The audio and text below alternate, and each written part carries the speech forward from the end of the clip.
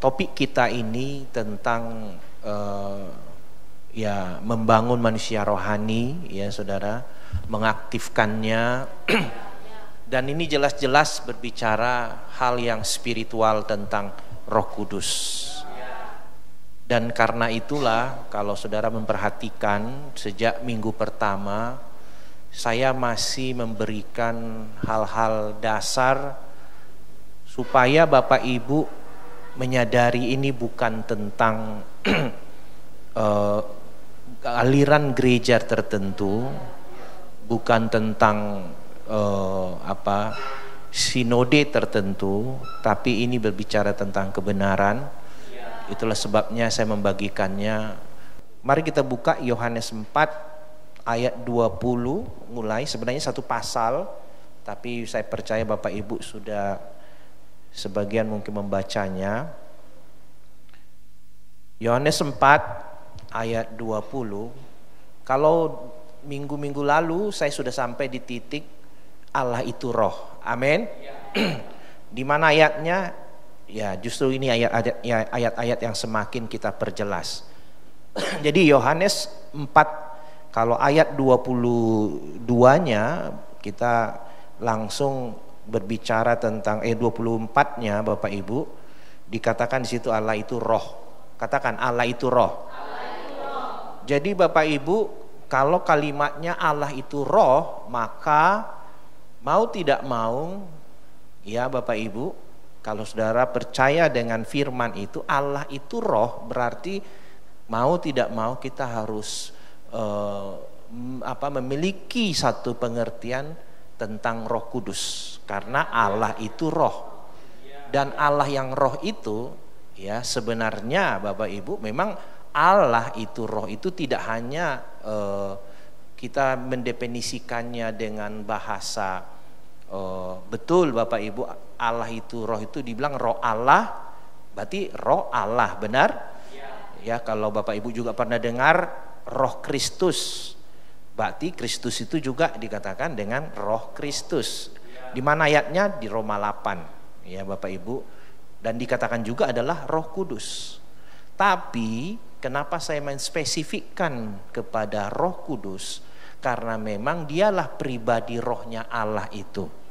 Jadi dengan ini berarti kita simpulkan kalau kita berbicara Allah itu roh, berarti kita akan semakin ya mengerti ketika kita mengenal yang namanya Roh Kudus.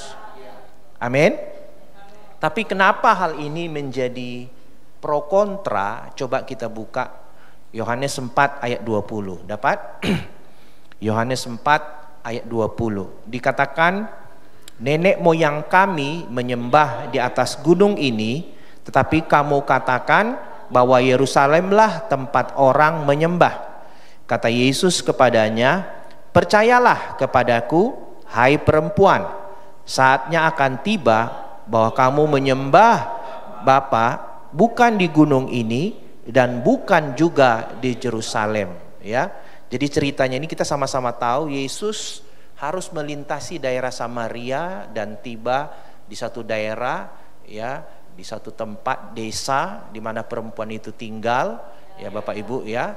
Dan yang menarik, beberapa hari ini saya merenungkan ini, di hati saya tiba-tiba mendengar suara antara suara istri saya yang, tapi saya nggak cek langsung, ya, mendengar suara sedang menyembah atau sedang menyanyi, saudara.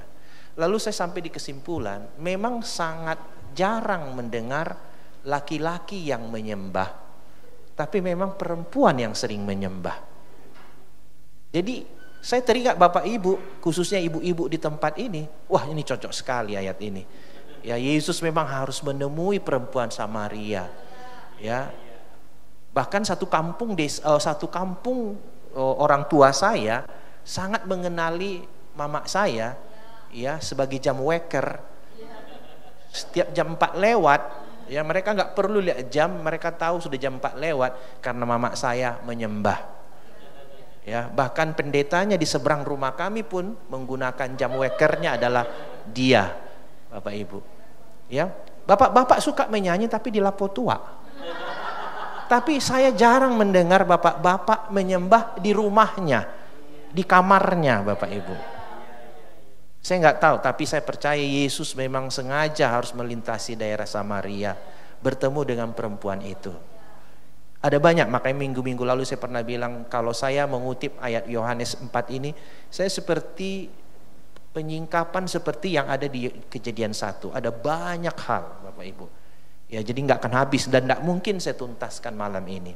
Nah, Yohanes 4 ayat 20 dikatakan, nenek moyang kami menyembah di atas gunung ini, tetapi kamu katakan bahwa Yerusalemlah tempat orang menyembah. Saya simpulkan dulu dengan kata Bapak Ibu, nenek moyang kita, bahkan saya bisa bilang saya bisa katakan saya pun menjadi Kristen pertama-tama karena orang tua saya. Ya. Mungkin hampir semua kita begitu. Mungkin saya contohkan istri saya tidak, ya, bapak mamanya, saudara-saudaranya semua masih Buddha. Jadi berarti dia beragama Kristen bukan karena orang tua atau keluarganya atau nenek moyangnya. Tapi kita harus katakan dulu secara garis besar, umumnya dikatakan nenek moyang kami menyembah, ya, di atas gunung ini. Jadi Bapak Ibu, kita definisikan dulu dengan kata agama, ya Bapak Ibu. Dalam bahasa saya dari dulu ingat, agama itu adalah, maaf Bapak Ibu, saya harus definisikan kembali definisi waktu SD saya, agama itu buatan manusia. Bahasa definisinya adalah agama adalah cara manusia mendekatkan diri kepada penciptanya. Benar Bu ya? Itu definisi kita dulu waktu belajar agama. Itu cara manusia. Berarti ada cara manusia yang dibuat mereka. Tapi karena definisinya jelas cara manusia, maka sampai kapanpun juga agama tidak akan mampu membawa kita mengenal Tuhan. Kenapa? Ini saya langsung dulu. Karena sejauh itu cara manusia. Sementara definisinya kalau Bapak Ibu baca di ayat berikutnya, Allah itu roh. Barang siapa menyembah Dia harus, katakan harus menyembahnya bukan dengan agama. Harus menyembahnya dalam roh dan kebenaran. Jadi sampai kapanpun agama tidak akan pernah bisa membuat orang menyembah dan mengenal. Katakan menyembah dan mengenal. Dua kata itu bahkan jelas dikatakan di ayat di perikop ini. Salah satu pembahasan saya setelah ini adalah menyembah dan mengenal. Oke, jadi agama, ya, cara manusia, itu buatan manusia. Bahkan sering kita dengar agama tidak menyelamatkan. Jadi kalau Bapak Ibu sekarang beragama apa? Saya beragama Kristen. Ya, itu tidak menyelamatkan. Tapi kenapa kita butuh agama? Karena kita masih ada di negara kita yang semuanya perlu ada hukumnya. Dan undang-undang hukum bangsa kita mengenal yang namanya bangsa yang beragama. Kita bukan negara agama, tapi setiap orang harus punya agama. Makanya kita tidak menganut di KTP tidak beragama, nggak bisa Bapak Ibu. Benar? Nah, tapi agama itu cara, ya, manusia mendekatkan dirinya.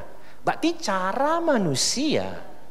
Amin. Sementara yang harus terjadi selaras dengan kebenaran firman Tuhan harus caranya Tuhan. Siapa di sini mau bertahan dengan caranya manusia? Ada? Berarti harus caranya Tuhan dong. Amin. Nah, kalau begitu Bapak Ibu, kita lihat historinya. Setelah Yesus muncul ke muka bumi ini, Bapak Ibu, Yesus tidak membawa agama. Tapi justru lihat, kapan pertama sekali kata Kristen muncul? Di Alkitab. Ada nggak di Alkitab kata Kristen? Ada. Di mana pertama sekali? Di kitab Kisah Rasul. Amin. Ya, Kisah Rasul Bapak Ibu, ya. Dikatakan Kisah Rasul 11 ayat 26. Nah, lihat. Jadi Kisah Rasul itu kenapa kalau kitabnya Kisah Rasul itulah kitab yang berbicara tentang pencurahan Roh Kudus. Amin. Nah, maksud saya apa Bapak Ibu? Kegerakan Roh Kudus, saya langsung dulu karena tadi kita definisikan Allah itu roh. Kalau kita berbicara roh, kita harus berbicara Roh Kudus. Nah, kita ambil satu titik yang paling dominan berbicara tentang Roh Kudus adalah kitab Kisah Rasul. Kisah Rasul 2 bahkan berkata tentang turunnya ya kepenuhan Roh Kudus. Amin. Saya lambat-lambat Bapak Ibu ya, walaupun mungkin Bapak Ibu perlu dengan bisa mengikutinya. Nah, Bapak Ibu, ketika Injil dinyatakan di muka bumi ini, di mana Yesus lahir, hidup dalam pertumbuhannya, mati, bangkit, benar Bapak Ibu, terangkat ke sorga, dan kemudian setelah kitab Injil, sebenarnya sejak Yesus pun dia sudah mulai berbicara tentang Roh Kudus. Aku akan memberikan kepadamu seorang penolong yang lain, benar? Yesus sendiri yang ngomong. Nanti ada ayatnya Bapak Ibu. Tapi setelah itu Bapak Ibu, disitulah mulai masa, karena Yesus yang sudah berkata, aku akan pergi tapi aku akan meninggalkan penolong yang lain. Kenapa penolong yang lain? Karena dia juga adalah penolong kita. Amin. Dan Roh Kudus itu adalah penolong yang lain. Amin. Maka setelah Yesus terangkat ke sorga, itulah waktunya kegerakan Roh Kudus terjadi. Amin. Nah, waktu Yesus lahir, waktu Yesus di muka bumi ini ada murid-muridnya. Amin Bapak Ibu.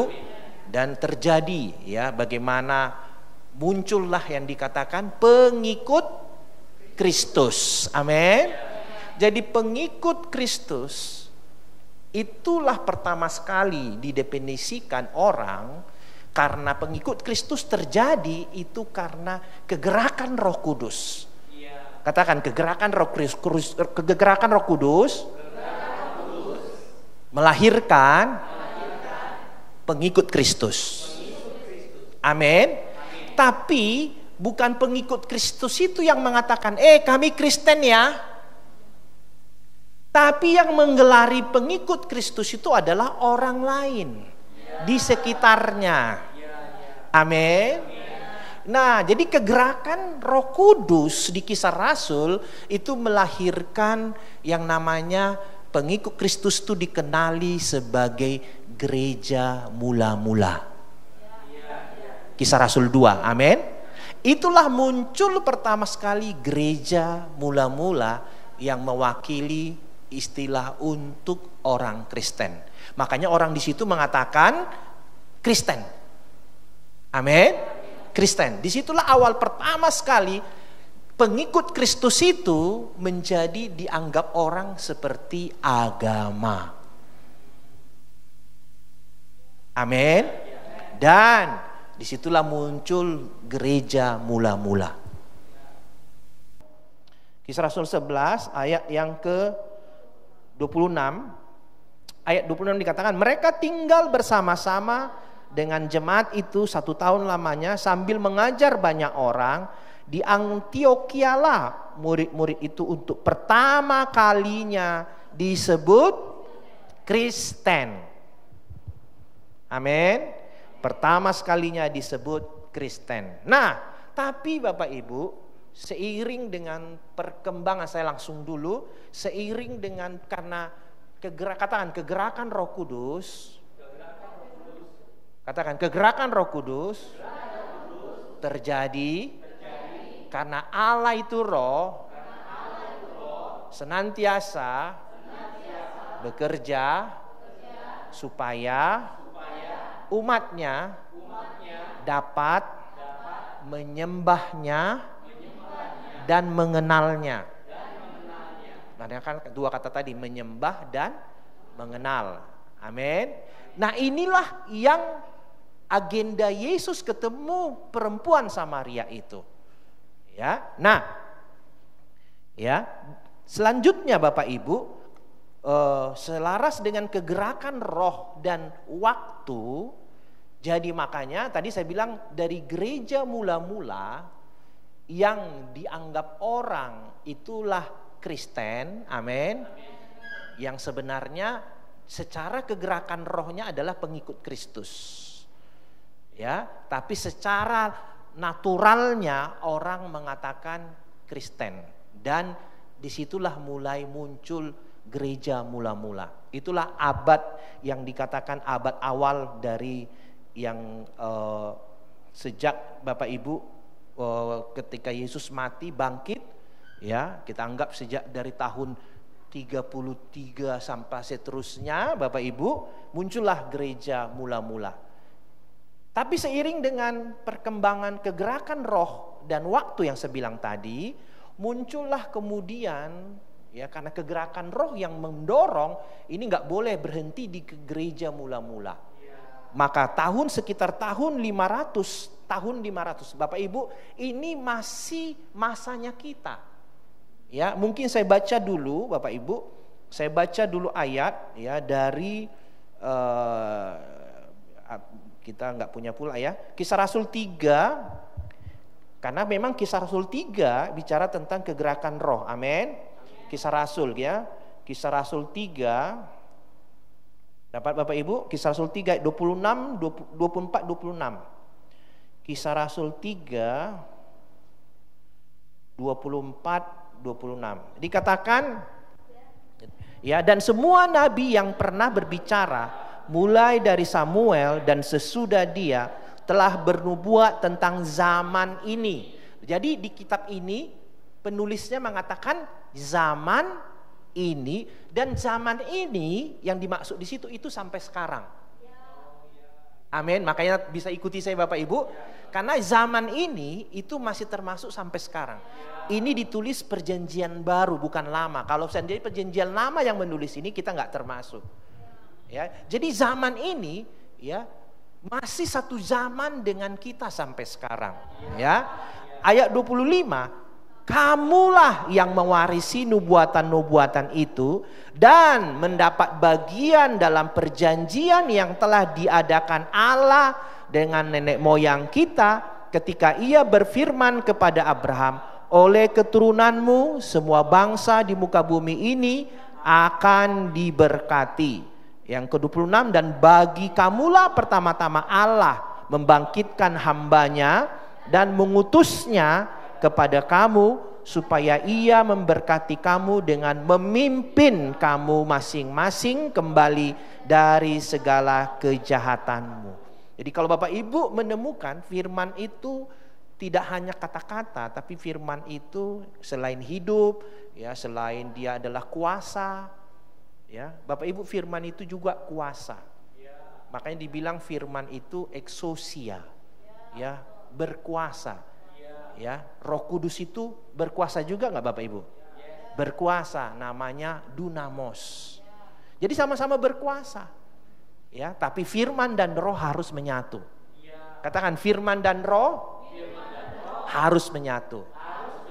Nah, Bapak Ibu, ya, dikatakan di sini tadi, ya, kamulah mewarisi nubuatan-nubuatan itu, dan bahkan dikatakan, ya, dan bagi kamulah pertama. Jadi kita harus temukan dalam firman ini ada polanya Tuhan. Ya, di muka bumi ini segala sesuatu yang luar biasa itu harus ada polanya. Amin.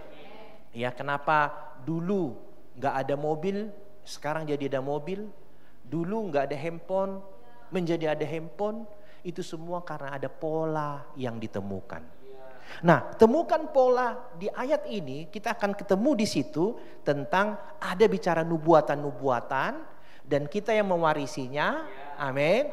Dan untuk mewarisinya itu dikatakan di sini bahkan membangkitkan hambanya dan mengutusnya kepada kamu. Ya, berarti kita perlu, ya Bapak Ibu, memiliki, ya, ada pemimpin kita yang perlu menyampaikan firman, karena ini akan menjadi landasan nanti berikutnya, ini yang kedua berarti saya bilang berikutnya, yang menjadi landasan untuk Roh Kudus. Katakan Roh Kudus akan bekerja ketika menemukan pada kita ada pola yang terbangun. Karena Allah itu bekerja dengan pola. Kita sering, banyak orang Kristen karena banyak tidak mengerti, dia langsung berbicara tentang hal-hal yang dia mau tentang Allah, yang dia mau tentang Roh Kudus. Padahal Tuhan selalu bekerja dengan pola. Amin. Jadi di ayat ini berbicara tentang nubuatan itu diberikan untuk kita, dan dia juga mengutus hambanya, benar Bapak Ibu, untuk memimpin kita, ya, supaya kita sampai. Perhatikan Bapak Ibu pernyataan saya, untuk memimpin kita, ya, sampai bahkan memasuki, ya, bagaimana kita menjadi orang-orang yang termasuk, ya, orang-orang yang termasuk di dalam kegerakan Roh Kudus itu. Apakah Bapak Ibu sudah termasuk? Enggak, kita masih hidup tahun 2000. Benar enggak? Yang saya ceritakan tadi dari tahun awal itu jemaat mula-mula, benar? Dari tahun 500 sampai saya dikit ada, ini bukan sejarah Bapak Ibu, tapi tidak sekedar sejarah maksud saya. Di sini kita akan temukan Bapak Ibu masuk enggak dalam kegerakan Roh Kudus, dan di mana? Dan karena apa itu bisa terjadi? Amin. Nah, banyak orang menganggap ini hanya sejarah, tapi saya percaya ini membuktikan satu yang saya bilang tadi, kita ini masih masuk di dalam zaman yang sama, dan apakah kita mewarisi nubuatan-nubuatan itu, dan yang ketiga, karena apa itu terjadi bagi kita. Nah, karena ini Bapak Ibu harus miliki. Kalau tidak memilikinya, tidak ada alasan Bapak Ibu termasuk. Jadi yang pertama, kegerakan Roh membuat pengikut Kristus itu dikenali sebagai jemaat mula-mula. Dan di sekitar itulah mulai orang mengatakan agama Kristen. Amin. Nah, kegerakan Roh bekerja terus sehingga dari jemaat mula-mula yang awalnya sudah mulai trennya turun, ya, sampai tahun 500 itu akhirnya mulai muncul kegerakan yang baru, namanya disitulah namanya gereja, ya kalau saya catatan saya di sini dimatakan gereja awal. Jadi dari gereja mula-mula menjadi gereja awal atau Bapak Gereja namanya. Ya, Bapak Gereja. Amin. Maksudnya ini Bapak Ibu mulai berkembang dia. Tidak lagi hanya di Yerusalem, sudah mulai berkembang ke yang lain. Nama di situ mulai Bapak Gereja, ya. Jadi kita nggak bisa memungkiri bukan gereja kita paling hebat, ya. Makanya tadi saya bilang, saya tidak mungkin melakukan ini langsung to the point kepada berbicara siapa di sini yang mau baptisan Roh Kudus, karena kita harus membuang dulu paradigma kita ini dari gereja mana, dari denominasi mana. Karena kalau tidak, kita tidak akan mungkin sampai Bapak Ibu. Sama seperti ini, disitulah mulai Bapak Gereja, ya. Kalau Bapak Ibu mungkin sampai muncul namanya, ada namanya Katolik atau yang lain. Ini masih satu zaman loh Bapak Ibu, masih dekat kita Bapak Ibu. Setelah itu Bapak Ibu, Roh Kudus akan selalu memastikan yang namanya pengikut Kristus itu bukan Kristen, tapi pengikut Kristus harus sampai kepada apa tadi? Menyembah dan mengenal. Amin. Nah, setelah itu Roh Kudus terus membawa kegerakan semua, kemudian muncul gereja abad pertengahan. Itulah dari tahun 500 sampai tahun 1500. Itulah gereja abad pertengahan, ya. Gereja abad pertengahan, disinilah mulai banyak berbicara, ya, perkembangan selanjutnya. Mungkin kesannya pecah atau terjadi konflik dan seterusnya, tapi Tuhan mau semua, tidak hanya untuk orang yang Israel, tapi untuk semua manusia di muka bumi ini harus mengenal Dia. Karena tadi mengenal dan menyembah. Nah, setelah itu Bapak Ibu mulailah dari tahun abad pertengahan itu 500 sampai 1500 kegerakan roh. Jadi semua kita selalu melihat ada intervensi Roh Kudus. Katakan Allah itu roh. Karena itu Roh Kudus akan selalu bergerak supaya manusia dapat mengenal dan menyembah Dia. Amin. Ya, maksudnya apa Pak? Ya, ayatnya jelas. Saya mungkin sudah pernah baca yang lalu, menyembah Dia dalam roh, karena Allah itu roh dan kebenaran. Ya, lalu kemudian Bapak Ibu dari tahun setelah itu muncul namanya reformasi gereja reformasi atau reformasi gereja. Di sinilah muncul Protestan, Bapak Ibu ya bahkan aliran-aliran berikutnya ya, dan ini tahun 1500-an dimulai ya. Nah, setelah itu Bapak Ibu saya percepat dulu, muncullah kemudian namanya gerakan pietisme atau kebangunan dan kebangunan rohani. Tahun-tahun 1600 sampai tahun 1700 mulai terjadi semakin lebih dahsyat ya yang namanya kegerakan Roh Kudus itu dengan kebangunan rohani ya. Akibat kebangunan rohani inilah kemudian muncul lagi tahun 1700 sampai 1800 itu gerakan misi dunia.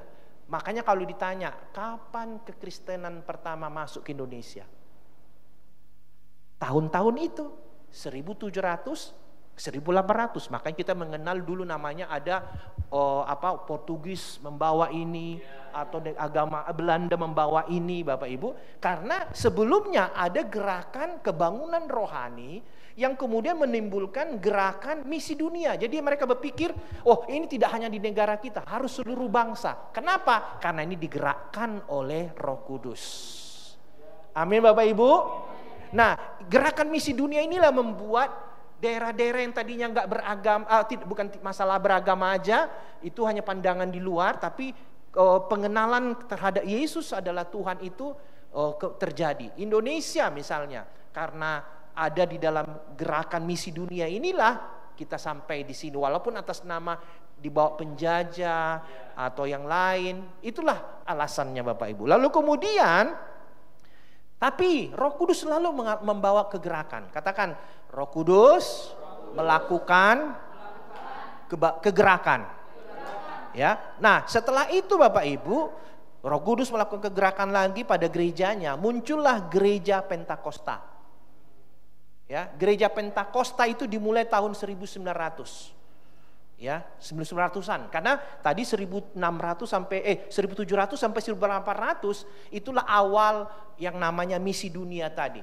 Termasuk negara-negara kita ini masuklah dari Portugis pertama, dari Belanda, benar nggak Bapak Ibu? Tapi kan setelah itu Roh Kudus terus bergerak. Muncullah namanya gerakan Pentakosta.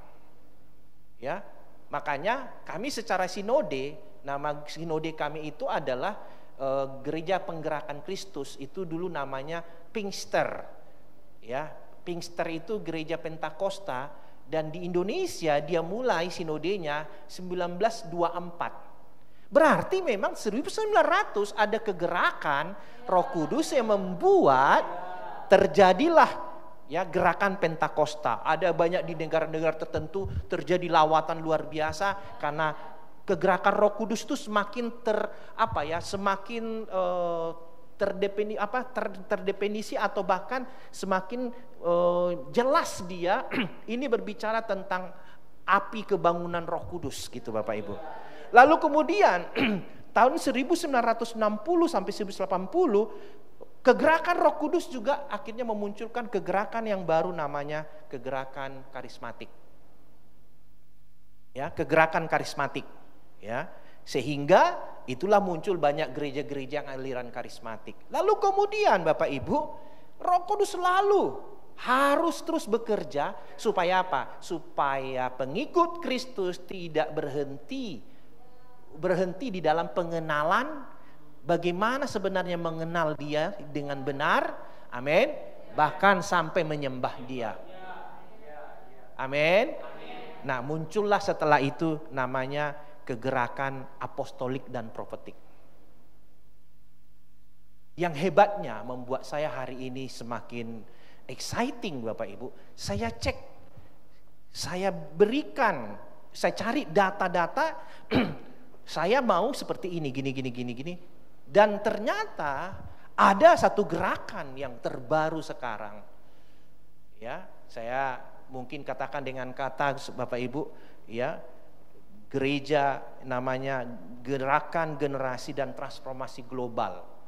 Ya, jadi kalau gerakan apostolik dan profetik itu dari 1990 sampai sekarang, tapi sampai perjalanan itu muncul gerakan yang berikutnya karena kegerakan Roh Kudus, Gerakan Generasi dan Transformasi Global itu juga sampai tahun 2000 sampai sekarang.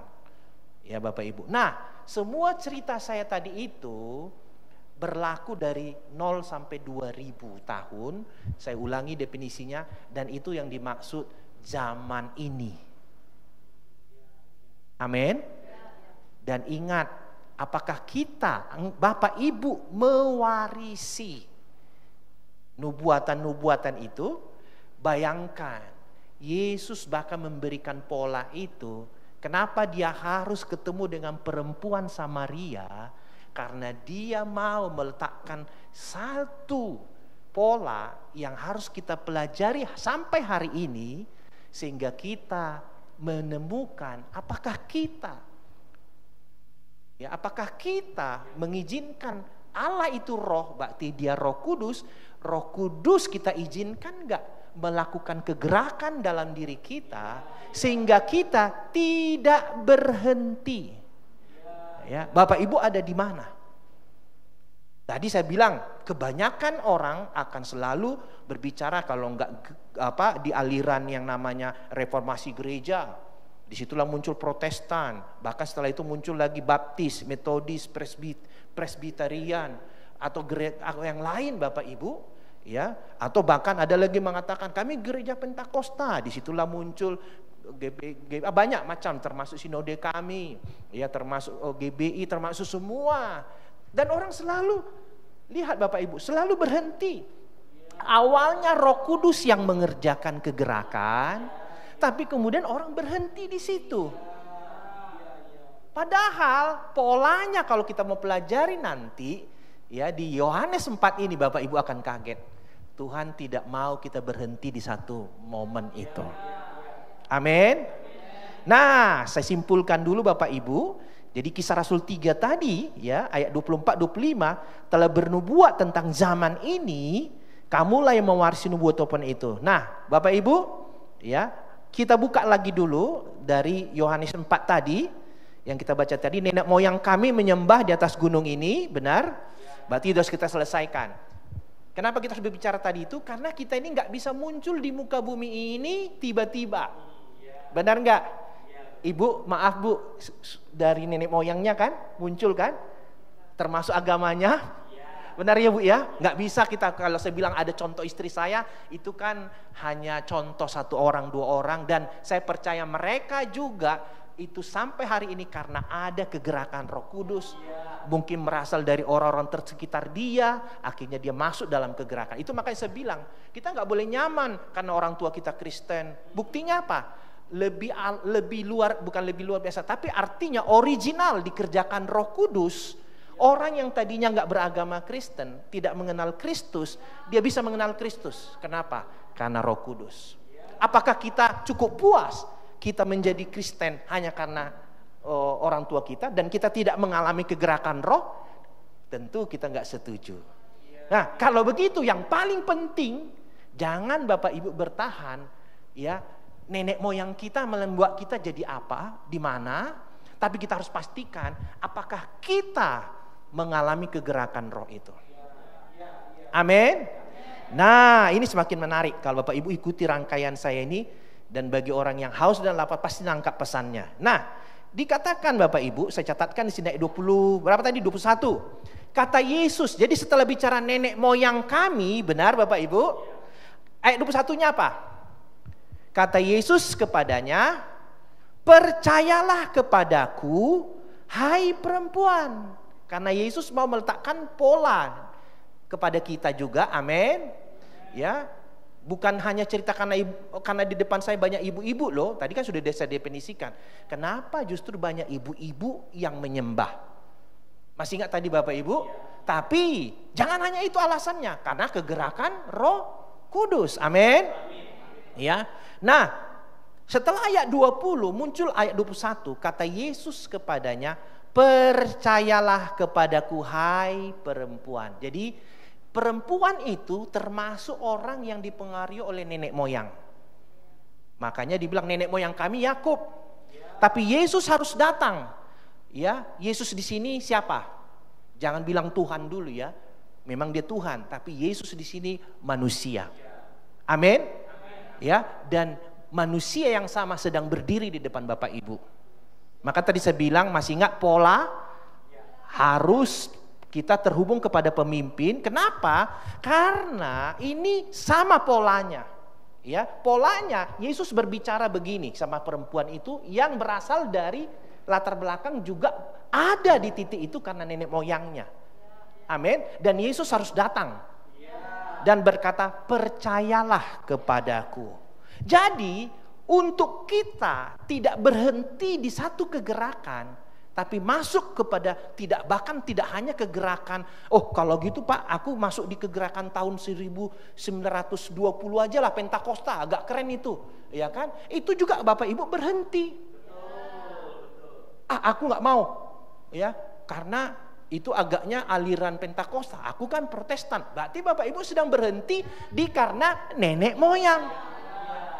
Kalau Bapak Ibu tanya sama saya apa? Saya nggak mau, walaupun sinode saya Pentakosta, saya ikut mengikuti seminar karismatik, bahkan saya juga mengikuti seminar apostolik prophetik. Saya tidak mau berhenti di situ, karena saya mau Allah itu roh, maka saya harus memastikan saya terus mengenal Dia dan dapat menyembah Dia.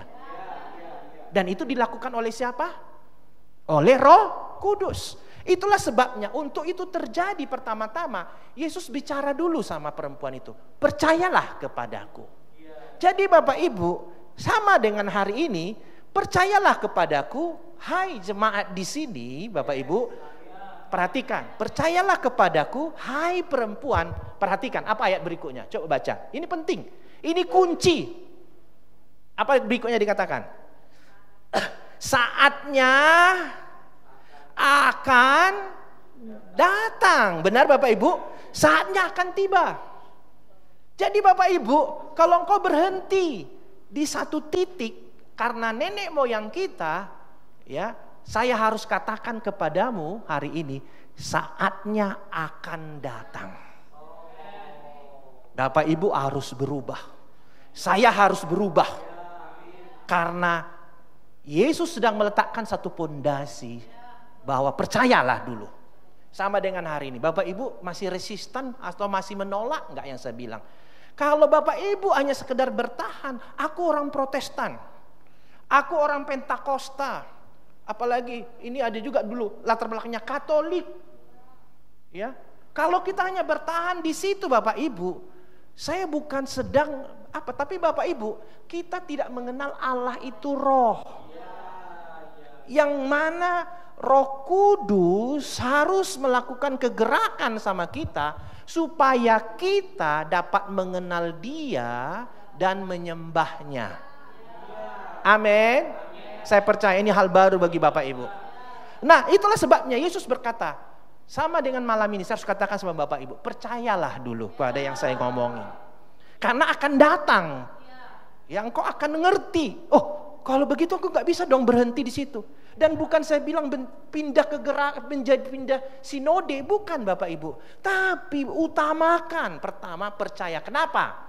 Ya Bapak Ibu, dikatakan gini, kita harus terhubung dan percaya kepada siapa ya yang akan membawa kita ada pada kegerakan mana, dan kemana kita pergi, kemana kita dibawa. Karena kalau kita tidak sampai di situ, kita akan terus bertahan di titik itu. Bisa kita buka dulu Bapak Ibu Yohanes 3. Ini saya sendiri waktu mempelajari ini, wah, makanya saya bilang hari ini saya sangat exciting sekali. Ya, Bapak Ibu percaya tidak percaya, beberapa hari ini badan saya lemas. Saya pulang dari dari luar negeri itu, entah kau kenapa badan saya lemas. Tapi kemudian waktu saya mempelajari ini, wah, saya bangkit menyadari, oh puji Tuhan, Roh Kudus sedang menaruhkan sesuatu. Amin. Coba kita buka Yohanes 3:6. Supaya Bapak Ibu tahu kita sedang berbicara apa dan siapa.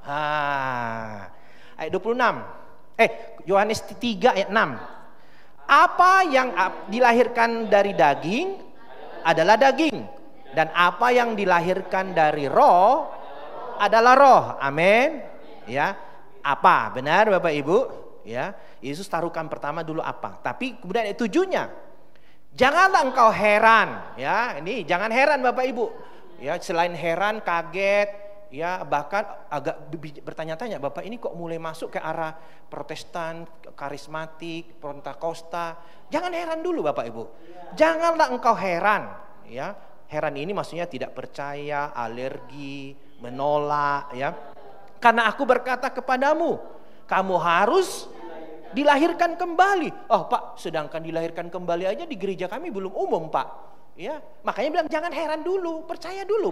Ya, makanya dibilangnya janganlah engkau heran, ya, karena aku berkata kepadamu, kamu harus dilahirkan kembali. Perhatikan ayat 8. Supaya Bapak Ibu jangan bertahan di yang model itu dan jangan heran, supaya jangan heran dan bisa menerima apa berikutnya dikatakan.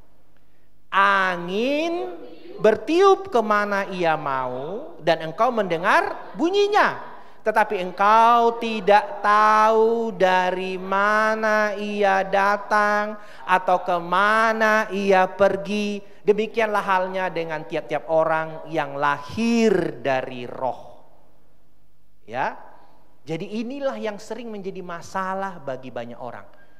Bisa saya tanya sebentar? Siapa di sini yang meyakini dia sudah dilahirkan kembali?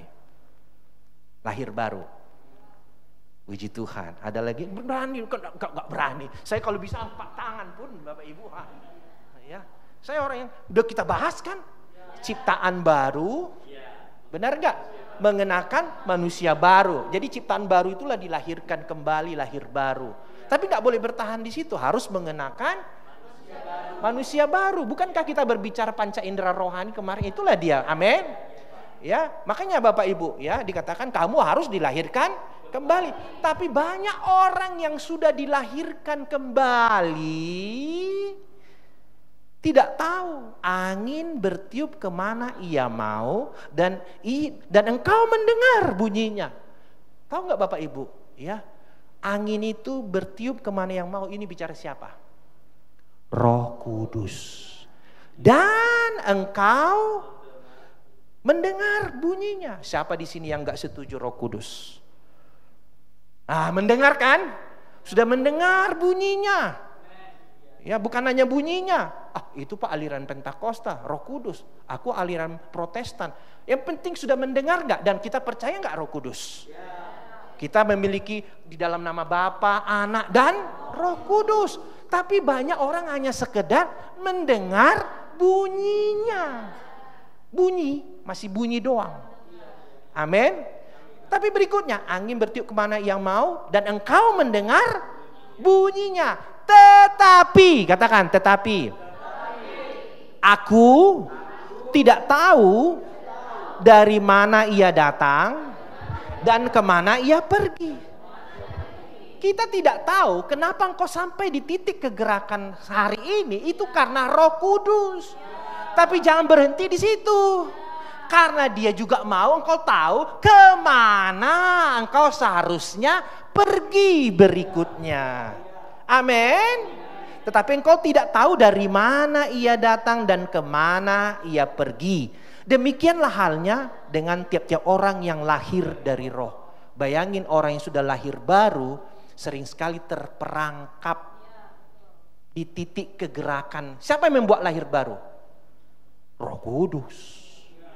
Semua kegerakan, pertumbuhan, pertobatan itu bukan karena manusia. Karena Roh Kudus. Setuju, Bu? Itu jelas karena pekerjaan Roh Kudus. Tapi banyak orang berhenti di situ. Ya, sekalipun bahkan mau aliran Pentakosta yang dia sudah bahkan penuhan Roh Kudus, mau orang yang Protestan yang sudah mengerti, aku aja Pak lahir barunya aku diam-diam Pak, aku aja ikut KKR. Oh sekarang trennya banyak Bapak Ibu, saya udah tahu lah. Ya, saya kadang-kadang salaman sama orang, ya. Pertama dia bangga mengatakan, oh saya orang ini Protestan, saya nggak usah sebutkan lah apanya nama gerejanya. Tapi lah berikutnya, tapi saya sering kok ke gereja GBI. Ya, dengar sering nggak itu Bapak Ibu? Itu sudah nggak asing lagi. Artinya apa? Bukan salahnya. Itulah hasil Roh Kudus menaruhkan haus dan lapar. Tapi sering berhenti di situ. Harus kita tahu bahkan berikutnya kemana dia mau kita. Amin. Perhatikan respon Nikodemus. Nikodemus menjawab katanya, bagaimana mungkin hal itu terjadi?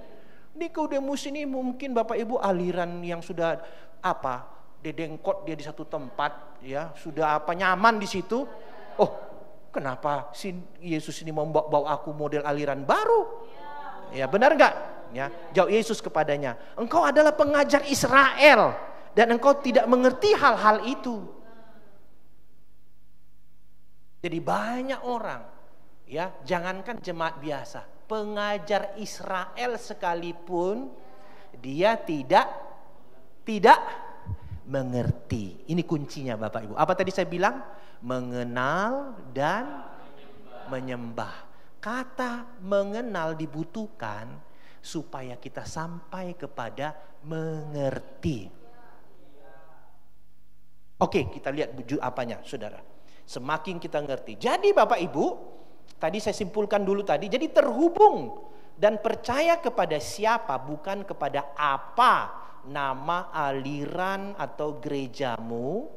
Setelah itu kita tetap memerlukan Roh Kudus bekerja yang membuat saatnya akan tiba menjadi sudah tiba sekarang terjadi padamu. Karena tadi dikatakan apa Bapak Ibu?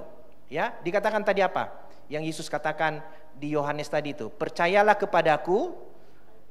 Ya, masih ingat tadi? 21. Percayalah kepadaku, hai perempuan, saatnya akan tiba. Bapak Ibu udah siap enggak? Saatnya akan tiba. Sudah saya terangkan ini luar biasa enggak? Saatnya akan tiba. Tapi masa saatnya akan tiba akan terus? Kita mau convert menjadi sudah tiba sekarang. Jadi akan tiba menjadi sudah tiba. Tapi Bapak Ibu tadinya berhenti, tak tahu kemana mau pergi. Tapi setelah saya sampaikan, hati Bapak Ibu berkata, oh aku harus tahu kemana aku pergi. Berikutnya benar, berarti akan terjadi bagi Bapak Ibu. Kegerakan berikutnya terjadi, amin. Tapi untuk sudah tiba sekarang, Bapak Ibu tetap membutuhkan Roh Kudus. Jadi yang membuat sudah tiba sekarang itu Roh Kudus. Contoh seperti sekarang saya ngomong sama Bapak Ibu seperti ini. Bisa jadi minggu depan Bapak Ibu gak datang lagi. Karena bukan saya yang bisa mengubah itu. Mari, apa ayatnya? Ya, ayatnya di dalam luar biasa gak Bapak Ibu? Yohanes 6 ayat 63. Maka saya bilang tadi saya nggak mau bumbu-bumbu cerita Malaysia, cerita luar kota, karena saya tahu ini sangat penting. Yohanes 6 ayat 63, dapat? Ya minimal kita sampai di mengenal dan menyembah tadi, amin. Yohanes 6 63, dapat? Yohanes 6 63, 1, 2, 3. Rohlah yang memberi hidup, daging sama sekali tidak berguna. Perkataan yang kukatakan kepadamu adalah roh dan hidup. Jadi rohlah yang memberi hidup. Jadi sekalipun saya antusias dari depan ini Bapak Ibu membutuhkan rohlah yang memberi hidup. Rohlah ini siapa maksudnya? Rohlah yang memberi hidup. Roh di sini maksudnya siapa? Mungkin Bapak Ibu bilang Roh Kudus, setuju saya, benar. Mr. Jerry bosan mendengar kata saya dengar roh saya. Dua-duanya Bapak Ibu. Jadi sekalipun ada Roh Kudus, rohmu tidak, maka tidak terjadi. Dan inilah sebenarnya yang inti yang saya mau ceritakan, tapi gak mungkin sekarang. Bahwa bagaimana roh kita itu selaras dengan Roh Kudus. Karena itu ada ayatnya, coba kita buka ayatnya ya. Dikatakan di dalam Roma kalau gak salah. Roma 9 ayat 1 dapat? Bisa Bapak Ibu ya sedikit lagi ya. Masih setuju Bapak Ibu? Ya, karena ini sangat penting, ya. Roma 9 ayat 1 dapat? Aku mengatakan kebenaran dalam Kristus, aku tidak berdusta, suara hatiku turut bersaksi dalam Roh Kudus. Nah, apa yang pentingnya Pak? Nah, perhatikan, suara hatiku itu sebenarnya adalah conscience. Itu bahasa lain dari bagian roh Bapak Ibu. Namanya conscience. Jadi ada namanya persekutuan, hati nurani dan intuisi. Nah, hati nurani inilah namanya conscience. Suara hatiku. Jadi, roh kita harus bekerja sama dengan Roh Kudus. Amin. Oke, sedikit lagi. Tadi kita sampai di mana? Dikatakan tadi, rohlah yang memberi hidup. Amin. Bapak Ibu mau pastikan ya, sekarang yang menjadi target kita yang akan datang itu harus berubah menjadi sudah tiba sekarang. Karena hari ini saya percaya dari pembicaraan saya ini, Bapak Ibu sekarang sudah menjadi ada di titik aku tidak mau tidak tahu. Ya, yang sudah lahir baru tadi masih ingat Bapak Ibu? Ya, kau tahu, kau mendengar ya bunyinya, bunyi Roh Kudus. Dengar Bapak Ibu, Roh Kudus, dengar? Bukan aja ngomongan saya, Bapak Ibu sudah punya pengertian sebelum datang di sini minggu lalu, bahkan akibat nenek moyang kita membuat kita ada di satu kegerakan berhenti di situ, kita sampai di pengertian tertentu dengan tentang Roh Kudus. Tapi kita berhenti di situ karena kita belum diajarkan teknologinya. Bagaimana supaya jangan berhenti di situ, supaya engkau tahu kemana dia berikutnya membawa kita. Kalau saya hanya ngomong sama Bapak Ibu ikutlah aliran kami, bukan itu. Makanya saya gak mau bicara tentang itu, karena itu dikerjakan harus oleh Roh Kudus. Amin Bapak Ibu. Nah, kita akan berbicara sedikit, kita lanjutkan dulu Bapak Ibu. Yohanes 4 ayat 22, ini poinnya yang paling penting di sini. 22-23. Kamu menyembah, katakan menyembah. Kamu menyembah apa yang tidak kamu kenal. Kami menyembah apa yang kami kenal. Katakan menyembah, mengenal. Udah sampai kita Bapak Ibu. Benar gak? Menyembah, mengenal. Jadi banyak orang dia menyembah yang tak dikenalnya. Tapi kami, Yesus yang ngomong ini, kami menyembah apa yang kami kenal. Makanya tadi saya bilang, Roh Kudus harus bergerak supaya membawa kita kepada pengenalan, sehingga kita benar-benar dapat menyembah yang benar. Amin. Ayat 23. Tetapi saatnya akan datang dan sudah tiba sekarang bahwa penyembah-penyembah benar akan menyembah Bapa dalam roh dan kebenaran. Jadi jelas Bapak Ibu, ya, kita akan sampai tidak hanya akan datang, tapi sudah tiba sekarang. Kapan sudah tibanya? Sekarang itu. Sudah dibilang sekarang Pak, ya sekarang nggak bisa. Harus karena Roh Kudus. Siapa di sini yang sudah merasakan dalam hatinya tadi, akan datang aku dalam kegerakan. Setuju? Ada yang merasakan? Amin. Tapi Bapak Ibu mau bertahan, dia akan datang terus. Bapak Ibu membutuhkan Roh Kudus supaya mengubah dari akan datang menjadi sudah tiba. Dengar Bapak Ibu, jadi teknologi Roh Kudus itu adalah teknologi yang membuat Allah itu, Roh itu, Bapak Ibu, Allah itu melakukan sekarang kepadamu. Banyak orang dia tahu Allah dari yang dulu, nenek moyangnya. Bahkan banyak orang masih mengenal Allah pencipta doang, berarti dia hanya mengenal Allah yang 6.000 tahun yang lalu. Kan menciptakan Allah di situ. Kita harus mengenal Allah yang sekarang. Katakan, aku harus mengenal Allah yang sekarang. Tahu nggak Bapak, di mana Allah itu sekarang? Dan dia sedang berbicara apa? Itu harus yang sekarang. Kalau kita mengerti ini, inilah yang dibilang Yesus. Tidak lagi perempuan itu, bahkan dikatakan kau akan menerima air hidup. Bahkan dikatakan apa? Bahkan engkau akan menjadi mata air. Amin. Jadi Bapak Ibu, saya tegaskan dulu, tetapi saatnya akan datang dan sudah tiba sekarang bahwa penyembah-penyembah benar akan menyembah Bapa, tercapai targetnya menyembah Bapa karena Allah itu roh, bakal menyembah Bapa dalam roh dan siapa yang mau waktu tiba itu bagi dia sekarang. Nggak bisa saya wakili, caranya Bapak Ibu harus mengalami kepenuhan Roh Kudus. Itu caranya.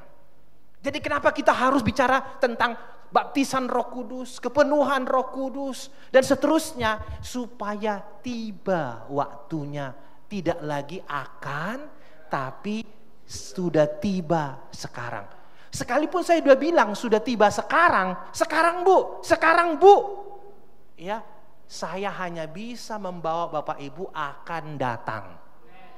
Tapi ketika Bapak Ibu mengalami pekerjaan Roh Kudus, maka Bapak Ibu dibawa sudah tiba sekarang. Amin. Itu makanya saya bilang, saya berharap sampai di titik ini kita akhirnya tahu, ya Bapak Ibu, betapa luar biasa, ya. Ayat terakhir sebelum kita tutup, supaya kata sekarang itu yang tadi saya bilang tadi itu mengenal benar. Yohanes 8 ayat 55. Dikatakan Bapak Ibu, Yohanes 8 ayat 55, padahal kamu tidak mengenal dia, tetapi aku mengenal dia, dan jika aku berkata aku tidak mengenal dia, maka aku adalah pendusta. Sama seperti kamu, tetapi aku mengenal dia dan aku menuruti firman-Nya. Jadi banyak orang susah menjadi pengikut Kristus. Karena pengikut Kristus itu artinya tidak hanya mendengarkan tapi melakukan, menuruti. Kenapa orang tidak sampai di situ? Karena dia tidak sampai mengenal dia. Amin. Bapak Ibu, sebelum kita berdoa, saya katakan, kenapa kita butuh Roh Kudus? Kita akan dibawa progres dalam mengenal dan menyembah. Bahkan dengar, Roh Kudus akan membawa kita mengenal itu menjadi mengerti. Amin. Dan selain mengerti, maka kita akan memiliki yang namanya kuasa. Amin. Saya mau Bapak Ibu, sebelum kita akhiri, apakah Bapak Ibu mau menyadari bahwa Bapak Ibu membutuhkan Roh Kudus? Karena sekalipun kita beragama, sekalipun kita bahkan orang yang mengatakan aku suka berdoa Pak, apakah Bapak Ibu kata menyembah bahasa lainnya adalah berdoa? Saya sudah selidiki ketika ada murid-muridnya, Tuhan kenapa kami nggak bisa, murid-muridmu nggak bisa berdoa menyembuhkan ini? Ya Yesus berkata ini harus disembuhkan dengan doa. Doa di situ artinya dikatakan situ adalah doa dan puasa. Di situ katanya tetap adalah menyembah.